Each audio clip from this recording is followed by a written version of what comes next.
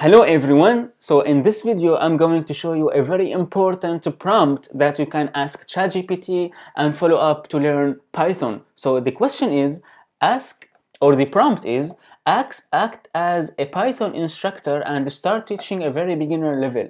So act as is a very important keyword to let ChatGPT that it needs to be acting as something. So for example, here I'm asking it to act as a Python instructor, and then providing and start teaching us a very beginner level of Python. So the answer was, sure, let's start with the basics of Python. Python is a programming language that is widely used for web development, scientific computing, data analysis, artificial intelligence, and more. It is easy to learn, has a clean and readable syntax, and is well supported by a large community of developers. So this is very basic intro of Python. So first line of code you can write in Python. Let's start with printing a simple message to the screen. In Python, you can use print function to do this. For example, print hello world. So now if you got your Python installed on your PC, or if you are using, for example, Google Collaboratory, or if you are using any editor online, you can go ahead and try run this code and print hello world. So now, ChatGPT also provide an explanation for this. This will print the message hello world to the screen. Next, let's learn about variables. So the next important in any important topic or important data variables topic in any programming language is variables. So a variable is a way to store a value in a program. So whenever you store something in some info inside a program, inside a running program, you need to store variables. So in Python now you can create a variable by assigning a value to it using the equal sign or the equal operator. For example, we can say x equal 5. So x equal 5, the number 5 here is an info, which is of type integer, and then we can define in Python just as simple as it is. You can also define y equal 10, for example, or you can type your name and write, for example, assign for your name some integer. So it doesn't matter what comes here, it's just a name, and then this is the info or the integer that you provide a real number for as a data. So next, this creates a variable. So also ChatGPT explaining about this. This will creates a variable x and assigns the value 5 to it. You can then use the variable in your program by referencing its name. Yeah, this is correct, because if you call x, then you will get what's inside x, what x has info. So when we print x, we will get eventually 5 printed out for us. And this will output the value 5. As I said, we can do mathematical operations on variables, for example. Also, what we can do, in programming in Python or any programming language, in Python we can use it. We can do operations with this exact way. We can define x to equal 5. We can define y to has 2 as integer, and then we can sum the value of x and the value of y and put it inside z, and then we can print z to know, and here is the output to know it's the number, and the output of course will be 7, because 5 plus 2 will equal 7.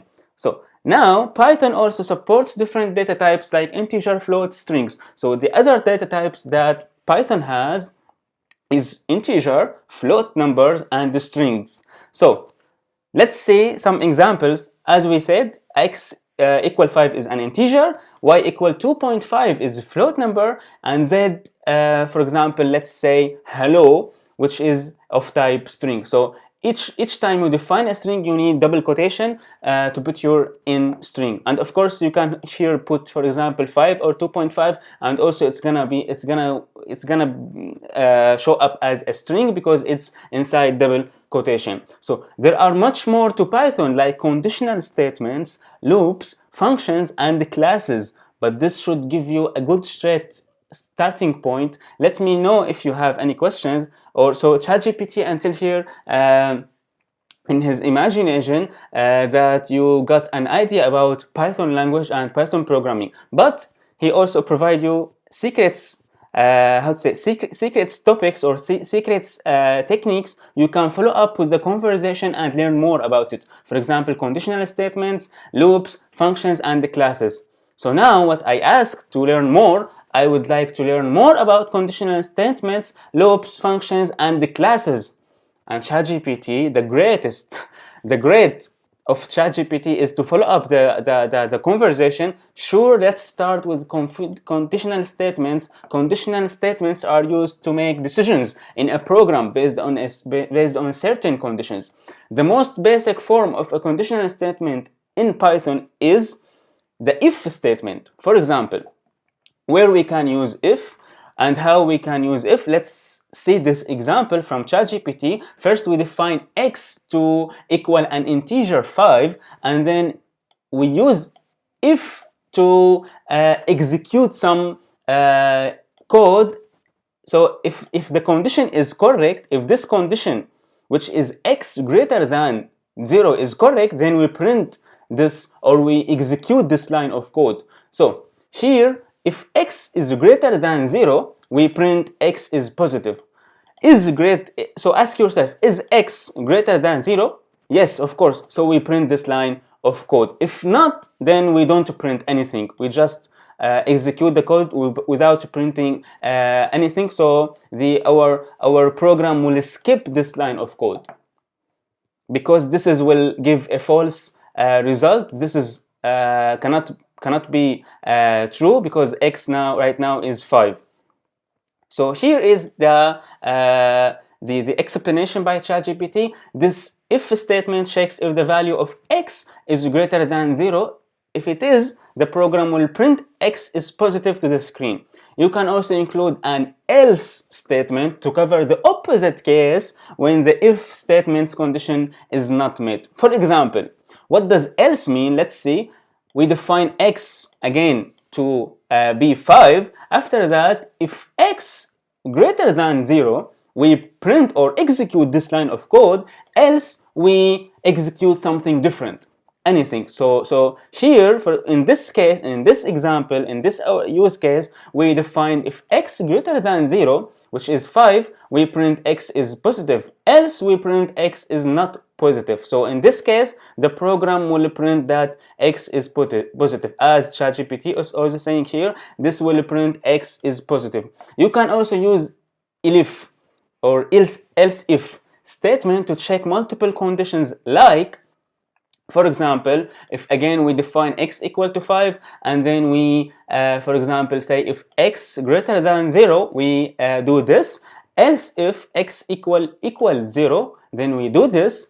Else if not this, if this is not correct, and either this is not correct, then we execute this line of code. So next, let's talk about loops. Loops are used to repeat a certain block of code multiple times. The most basic loop in Python is for loop. For example, we can say for I in range 5, print I. So the loop are a block in any programming language that execute the following code after for multiple times. It depends on the definition of I here. So if you give I here, as in this example 5, then the print will be executed 5 times. So as ChatGPT is explaining here, this for loop will print the numbers 0 through 4 to the screen. The range 5 function is used to generate a sequence of numbers from 0 to 5 to 4. So the first time this line the code or the compiler or the program will come to this line. I will be 0 at the beginning, then we print 0. After that, the I will be incremented by 1, and then it's gonna be 1, so we print 1. and until we reach the 4, not 5, until we reach the 4, because this is considered as 5 minus 1. So we start by the index 0, and then we count 5 times, so we reach 4, not 5. So this for loop will print, okay, as I said. Another loop is while loop. The while loop is different a little bit from the for loop, because we don't define the I inside the for, we define the I before the while loop. So here we defined I to equal 0, and while I less than 5 print I, and then we increment by hand the I. So here I plus 1, I plus equal 1 is equal to I equal I plus 1. So this is each time we run or we enter the while loop, we print the value of I, and then we increment 1. So the same logic or the same output will be printed as we used for before. So this while loop will run as long as the condition I less than 5 is true, and it will print the numbers 0 through 4 to the screen.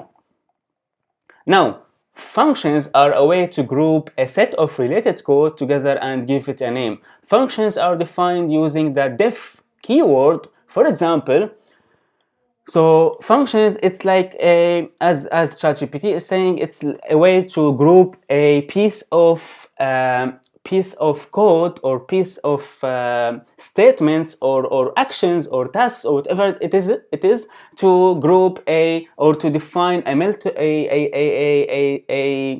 defined task to do some task you want. So for example, here we defined using the keyword def, which is of course a shortness of definition. It's def.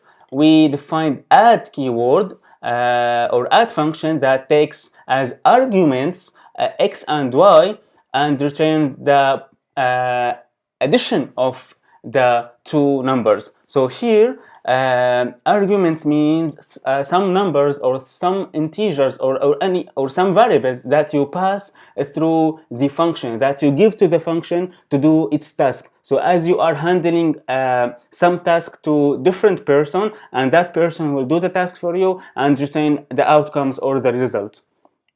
So here ChatGPT is telling us that this defines a function called add that takes two arguments x and y and returns their sum. You can call a function like this using, for example, result equal add 3 4. So the result of this, first this line of code will go here and execute this line, and then we will eventually get here the adding of 3 plus 4, which is 7. So the result of this function, the call of this function will be 7, then we print 7. So that's why ChatGPT is telling us this will output 7.